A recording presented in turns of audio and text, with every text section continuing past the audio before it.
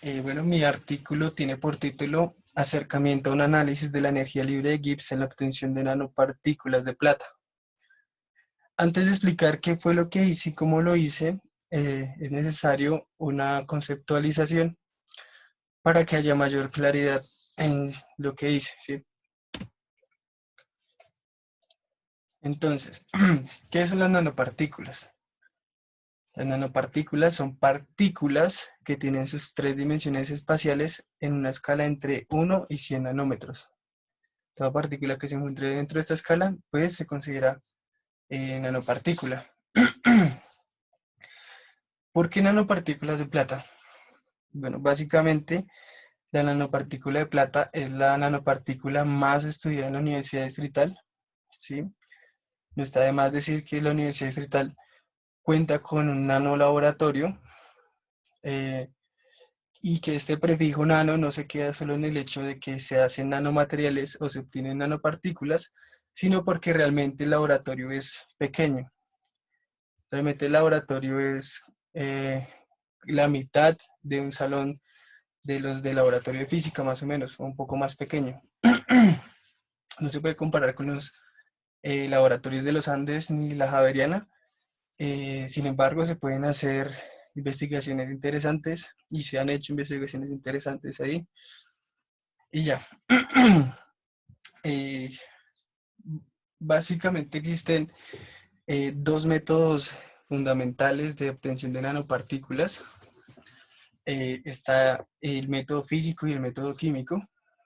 El método físico, también conocido como top-down, parte de un material macizo, de un material macro, y por procedimientos de altas temperaturas o altas presiones, este material macro se va reduciendo poco a poco hasta llegar a la escala nanométrica, donde ya se tendería un nanomaterial o una nanopartícula específica. Por el otro lado está el método químico, ¿sí? También conocido como bottom-up, de abajo hacia arriba, y parte de reacciones químicas eh, para obtener nanopartículas, ¿sí? Es más factible o más práctico hacer el uso del método químico eh, porque no se requiere, a comparación con el físico, utilización de altas energías. Aparte, por el método químico, uno puede controlar eh, factores como lo son el tamaño de las nanopartículas, la forma de las nanopartículas, lo cual se complica mucho por el método físico, ¿sí? Entonces, pues yo utilicé método químico. Entre el método químico hay una cantidad de submétodos, por decirlo así, para obtención de nanopartículas. Entre esos elegí el método coloidal, ¿sí?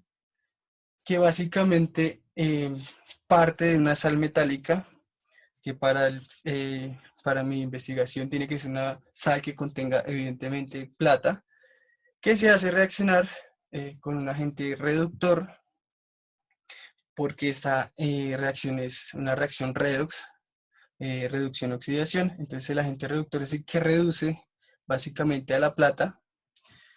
Entonces se utiliza la sal metálica y se hace reaccionar con el, el agente reductor. Qué pena. Seguí un modelo propuesto por Piliat y Kamat, ¿sí? Donde la relación es 1:3. Es decir, si yo voy a utilizar 1 mililitro de nitrato de plata, debo hacerlo reaccionar con 3 mililitros de citrato de sodio, ¿sí? O del agente reductor, que sea.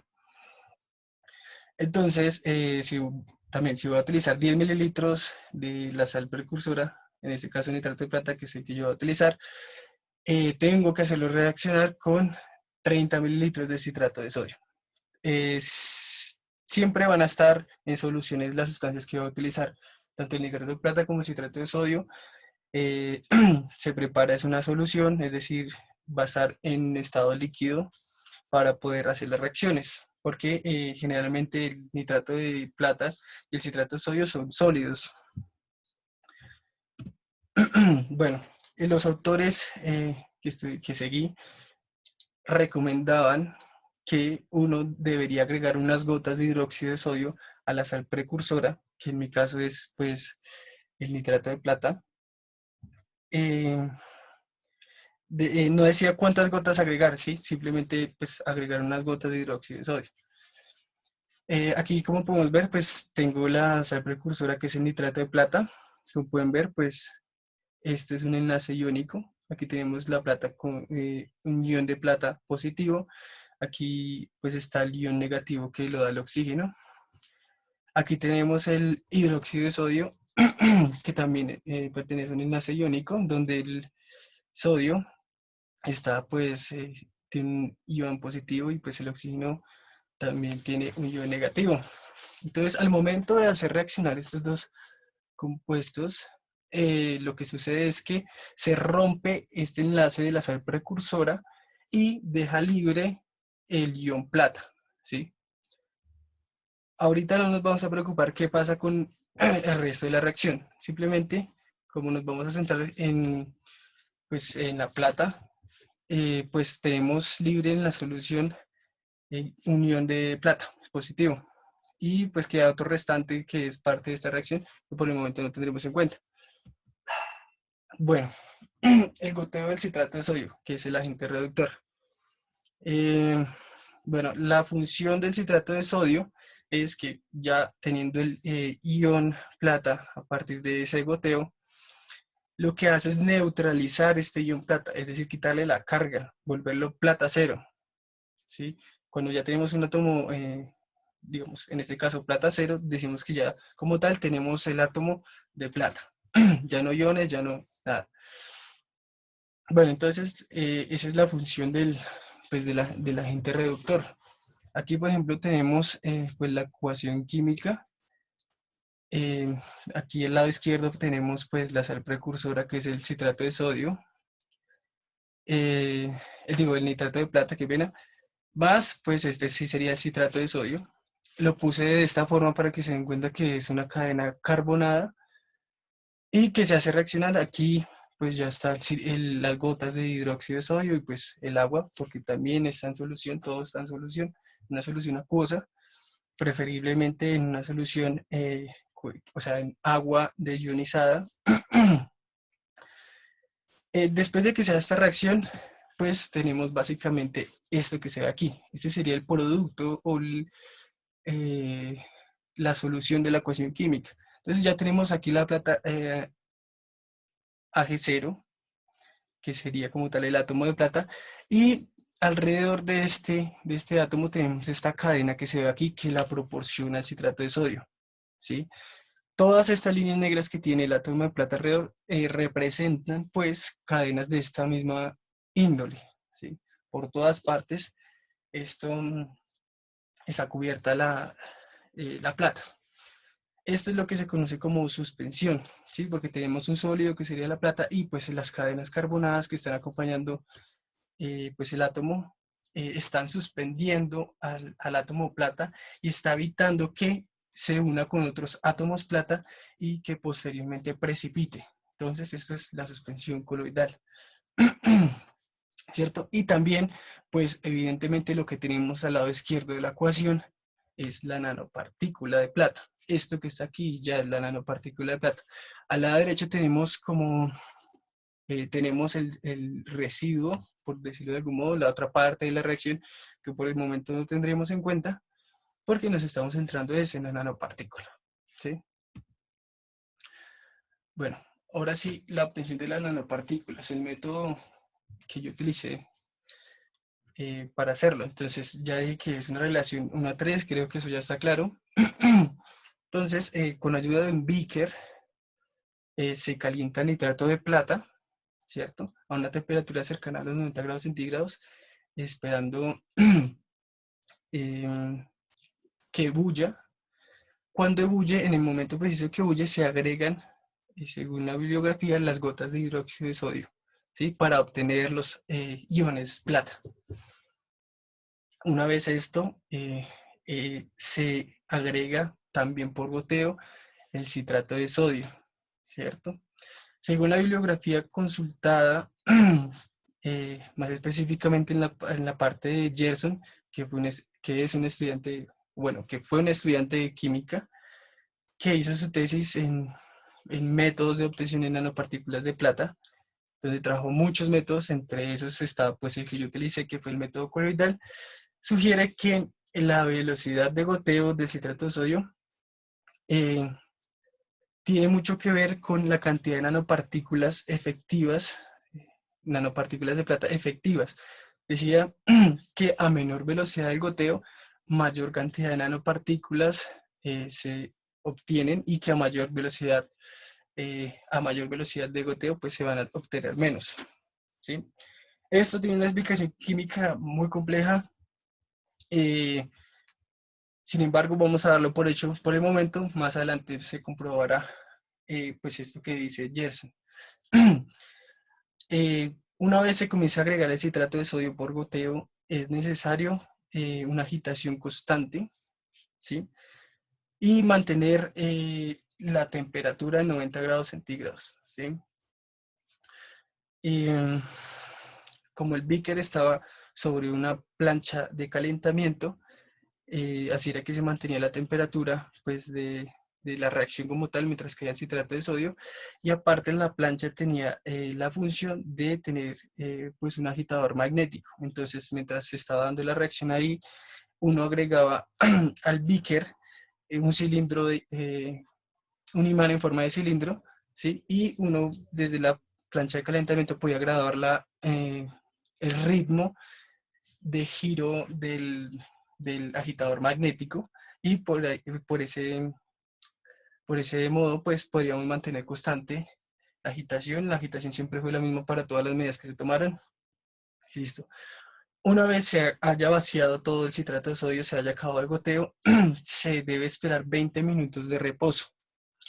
Esto a la misma temperatura, es decir, 90 grados centígrados, ya sin agitación, y uno sabe que ya ha obtenido nanopartículas cuando la coloración tiende a ser amarilla o es amarilla. Cuando es amarilla es que hay mayor cantidad de nanopartículas, ¿sí? Hay una concentración fuerte de nanopartículas. Sin embargo, pues en la tesis de Gerson, uno podía fijarse que pues había eh, como un rango de colores de nanopartículas que era entre gris y amarillo. ¿Sí? Hay otras nanopartículas de plata que dan un color azul, pero eso ya depende del, pues del método, de las soluciones que se utilicen, de los componentes que se utilicen para la reacción, pero en el método coloidal siempre se va a obtener una coloración tendiente al amarillo o amarilla. Ahora sí, hablando pues de la termodinámica, tomando el tema de la termodinámica, pues como lo que yo voy a estudiar es la energía libre de Gibbs, pues recurrí a esta ecuación, que es la variación de energía libre de Gibbs es igual a la variación de entalpía menos la temperatura del sistema por la variación de entropía del sistema. La energía libre de Gibbs es un potencial termodinámico muy utilizado en química, puesto que nos habla de si una reacción va a ser espontánea o no espontánea. Que una reacción sea espontánea nos da información de que la reacción al pasar el tiempo se va a dar. ¿Sí? No nos habla de la rapidez con la que se va a dar, pero sí que en el tiempo se va a dar la reacción. Cuando no es espontánea, es que nunca pues, se va a dar esa reacción. Todos los criterios son que cuando la energía libre de Gibbs es menor que cero, la reacción va a ser espontánea. Cuando la energía libre de Gibbs es mayor que cero, la reacción no va a ser espontánea. Hay un caso particular, es en el que la energía libre de Gibbs es igual a cero, entonces se dice que hay un equilibrio ahí y que los compuestos no tienen la suficiente energía como para reaccionar, entonces la reacción química tampoco se va a dar. Bueno, de la anterior ecuación tenemos dos variables que se pueden medir o calcular, que son la entalpía y la entropía, ¿sí? La entalpía básicamente es el calor que cede o que absorbe una reacción para poderse dar, ¿sí? Absorbe o cede al medio. Entonces, pues, aquí tenemos el calor específico del agua, que va a ser el medio que yo utilicé para, para la reacción. Eh, la temperatura final del agua menos la temperatura inicial del agua, ¿sí?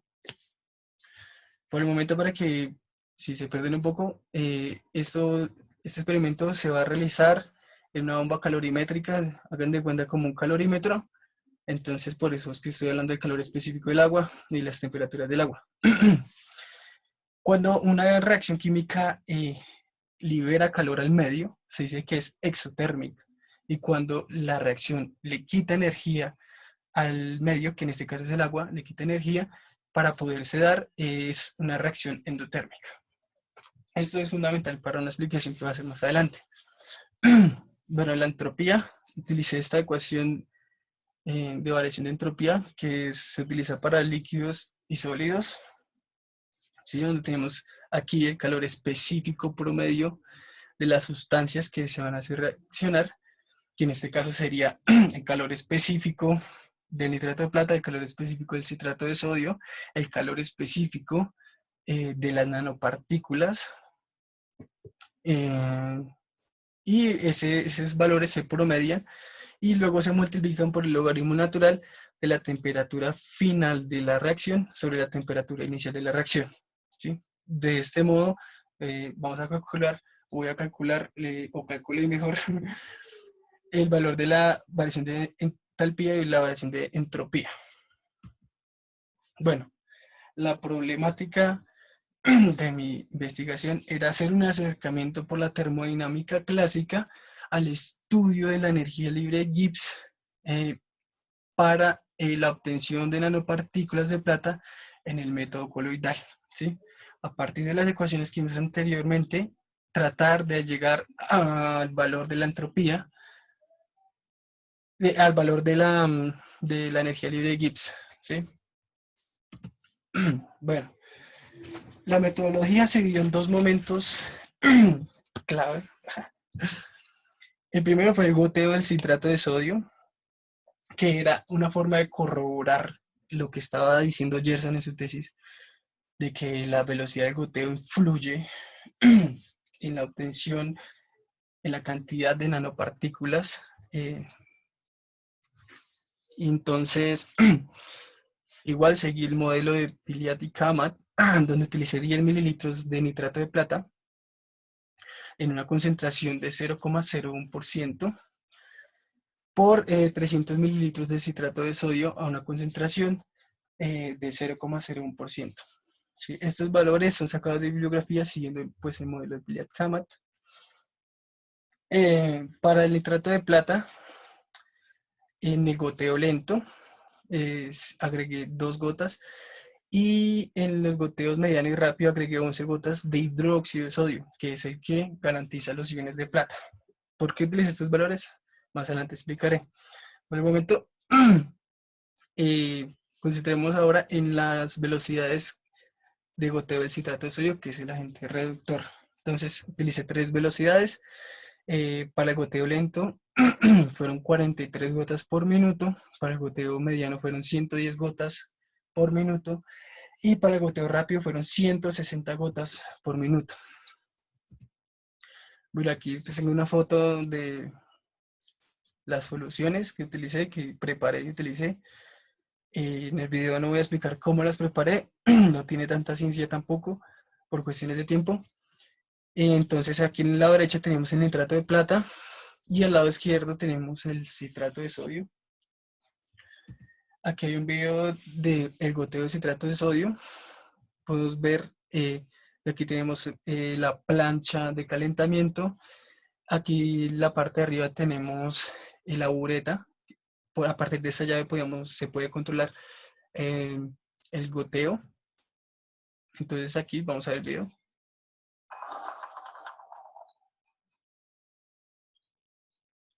Podemos ver que hay una agitación constante eh, gracias a la plancha de calentamiento también. Y ya básicamente pues ese era el video de cómo goteaba. Ese era un goteo mediano, ¿sí? De velocidad media. Bueno, la otra parte de la metodología era a partir de una bomba calorimétrica poder llegar a calcular valores de entalpía, eh, temperaturas tanto del agua como de la reacción. La universidad no cuenta con una bomba calorimétrica, ni en química ni en física, entonces me fue necesario pues hacer el diseño de una tapa que funcionara como bomba calorimétrica, ¿sí? Básicamente pues utilicé el calorímetro viejito y pues utilicé una tapa de icopor, la cual le puse un tubo de ensayo en el cual se iba a hacer la reacción, también conocido como cámara de reacción.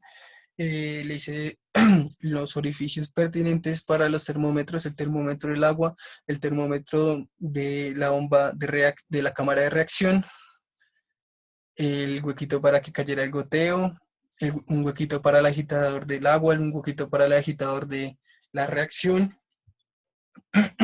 Y listo, esa básicamente fue la etapa que diseñé para este experimento.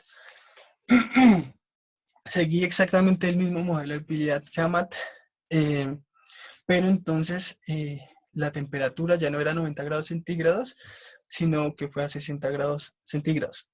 Se partió de 80 grados centígrados, es decir, yo agregué agua a la bomba calorimétrica a 80 grados centígrados, y como se tenía para el nitrato de plata que calentar a 90 grados centígrados esta solución para poder agregar las gotas y obtener los iones de plata, pues evidentemente la temperatura del nitrato de plata estaba mayor que la del agua. Al momento de agregarla a la cámara de reacción, lo que sucede es que mientras se daba la reacción de nitrato de plata con el hidróxido de sodio, mientras se estaba liberando esos iones, la temperatura descendió hasta 60 grados centígrados. Es decir, a 60 grados centígrados se dio el equilibrio térmico. Entonces el agua estaba a 60 grados centígrados, la reacción también estaba a 60 grados centígrados. De ahí se podría decir que la reacción del nitrato de plata con el hidróxido de sodio le estaba quitando, bueno, realmente, bueno, no me adelantaré a los resultados porque apenas estoy haciendo lo del, la metodología. Este experimento se hizo con un goteo de velocidad media y ya, básicamente fue lo mismo. Se dejaron los 20 minutos de reposo y demás. Bueno, resultados y análisis. Aquí, aquí en la imagen podemos ver de izquierda a derecha que tenemos el goteo rápido, en la mitad tenemos el goteo medio y en la parte derecha tenemos el goteo lento. Como podemos observar del goteo rápido al goteo medio, podemos observar que hay una coloración más tendiente al amarillo en el goteo de velocidad media. ¿Sí? Se esperaría teóricamente que el goteo que la coloración del goteo lento fuera aún más tendiente al amarillo o amarilla, pero lo que sucedió fue que, como no queda claro en la bibliografía cuántas gotas se deben agregar de hidróxido de sodio, es decir, para que queden iones de plata, pues yo utilicé en el primer experimento, que fue el de goteo lento, 2 gotas nomás. Para los otros dos utilicé 11 gotas, después de ver que no tenía una coloración muy pronunciada. Eh, no repetí este experimento porque esta reacción me tomó, por 2 razones. La primera es porque esta reacción me tomó cerca de 5 horas hacerla. Y segundo, porque como en el laboratorio donde yo estaba, estaban trabajando otras 2 chicas también con nanopartículas de plata, y que el nitrato de plata es excesivamente costoso, yo tenía apenas las soluciones para hacer las 4 tomas que hice. A nosotros 3, o sea, las de Nasi y a mí, nos rotaban o nos daban en el laboratorio de química máximo 1 gramo. Evidentemente ellas tenían que gastar mucho más porque ellas hacían varios métodos de obtención de nanopartículas. Y pues yo pues tenía apenas que utilizar lo que me correspondía para mis 4 tomas. Entonces por esas razones fue que no repetí el de goteo lento. Aquí tengo los goteos medios. En la parte izquierda en el tubo de ensayo está lo que hice en la bomba calorimétrica. Y en la parte derecha pues está el goteo que vimos anteriormente. Ahí la imagen casi no se nota bien, pero eran muy similares, prácticamente no se distinguía el uno del otro. Entonces podemos decir que tenemos casi la misma cantidad de nanopartículas de plata en las dos soluciones. Otra cosa, aquí pues, obviamente pues la solución no es amarilla, pero sí está entre el rango, según la bibliografía, de estar nanopartículas de plata. O sea, hay una concentración baja de nanopartículas de plata. No sé por qué pudo depender, si fue por el goteo del hidróxido de sodio o, o por la agitación, no sé, no sé por qué no hay un color más pronunciado, lo desconozco todavía. Bueno, entonces obtuve unas tablas de temperaturas. En la parte izquierda tenemos la temperatura inicial. Todo partió a 60 grados centígrados. Tanto el agua como el nitro de plata se encontrarán a esa temperatura, ya cuando se dio el equilibrio térmico. El citrato de sodio lo traté de mantener a 60 grados centígrados en el goteo medio. El problema, aquí fue error mío, fue que no aislé la bureta y entonces a medida que goteaba el citrato de sodio, pues este iba perdiendo temperatura con el medio, que en este caso era el aire. Entonces fue un error mío no aislarlo. Sin embargo, se partió de esa temperatura inicial. Luego, con la ayuda de los termómetros, se calculó la temperatura final del agua, que fue 50,9 grados centígrados, y el de las nanopartículas, que fue de 52,4 grados centígrados la temperatura final. A partir de los valores anteriores de temperaturas finales e iniciales, se pudo obtener un valor para la entalpía que dio negativo, y tiene sentido de que hayan dado negativo porque esto daría información de que la energía libre de Gibbs es menor que cero, por tanto la reacción se dio, por tanto fue espontánea, y ese fue el valor calculado de la entalpía. Bueno, datos complementarios. Se observa que durante los 20 minutos de reposo en la bomba calorimétrica, la reacción es endotérmica. Es decir, lo que yo observaba era que la reacción comenzaba a quitar temperatura al agua para darse en esos 20 minutos de reposo. Mientras la temperatura de la reacción se mantenía constante, eso era lo que se observaba, la temperatura del agua comenzaba a decaer hasta llegar al valor final, que fue el que quedó registrado en las tablas. No se pudo medir la entropía, y aquí es donde está aquí es donde está el epicentro, básicamente, de por qué no pude medir la variación de energía libre de Gibbs. Como vimos a partir del goteo, sí hay una influencia en la velocidad de en la obtención de nanopartículas, ¿sí? A menor goteo, pues va a haber mayor cantidad de nanopartículas. Esto es solo cualitativamente, es decir, por la coloración podemos decir eso, pero no podemos saber con certeza qué cantidad de nanopartículas hay en la solución, ¿sí? Porque aparte, como vimos al principio, de haber nanopartículas, también hay residuos de la reacción, ¿sí? No sabemos con certeza qué valor, cuántos gramos hay de nanopartículas, qué cantidad de nanopartículas hay. Por eso consideré inapropiado tomar el calor específico para el resultado que me dio en todas las pruebas, porque no estaba calculando el calor específico de las nanopartículas, ¿sí? Ahí estaba calculando el calor específico como tal de las nanopartículas, de los residuos, de todo lo que había dentro de esa solución, más no solo el calor específico de las nanopartículas. Entonces, consideré irresponsable hacerlo y poner ese valor para calcular el valor de la energía libre de Gibbs por ese, por ese modo, ¿cierto? Bien, si se podía medir el calor del nitrato de plata, también el calor específico del citrato de sodio. Eso se podía medir con los métodos que vimos en clase y, y luego promediarlo con con el calor específico de las nanopartículas que pues no medí porque no consideraba que hubiera, o sea, no sabía el valor de las nanopartículas, la cantidad de nanopartículas de plata. Bueno, ya para conclusiones, unas de las conclusiones fueron que, bueno, por los métodos clásicos de la termodinámica clásica no se puede obtener un valor para la variación de la energía libre de Gibbs, ¿sí? Porque pues se presenta un problema, una problemática con el cálculo de la entropía, ¿cierto? Por lo que acabo de explicar anteriormente. Bueno, se obtuvo el valor para la entalpía, eso sí, y ya, básicamente pues esta fue mi investigación.